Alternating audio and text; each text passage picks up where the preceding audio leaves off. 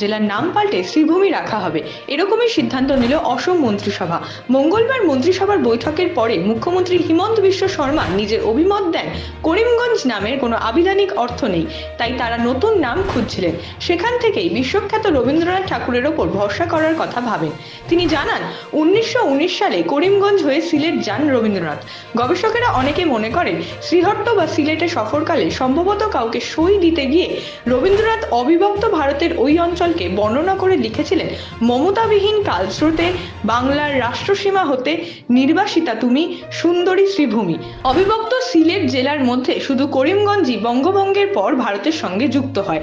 এই প্রসঙ্গ তুলেই হিমন্ত যুক্তি দেন, করিমগঞ্জ নামের কোনো ঐতিহাসিক প্রেক্ষাপট পাওয়া যায় না, কিন্তু শ্রীভূমি নামটির সঙ্গে ইতিহাস, অভিধান, রবীন্দ্র স্মৃতি সবই জড়িয়ে রয়েছে। শীঘ্রই এই জেলার নাম বদল সংক্রান্ত বিজ্ঞপ্তি জারি করা হবে।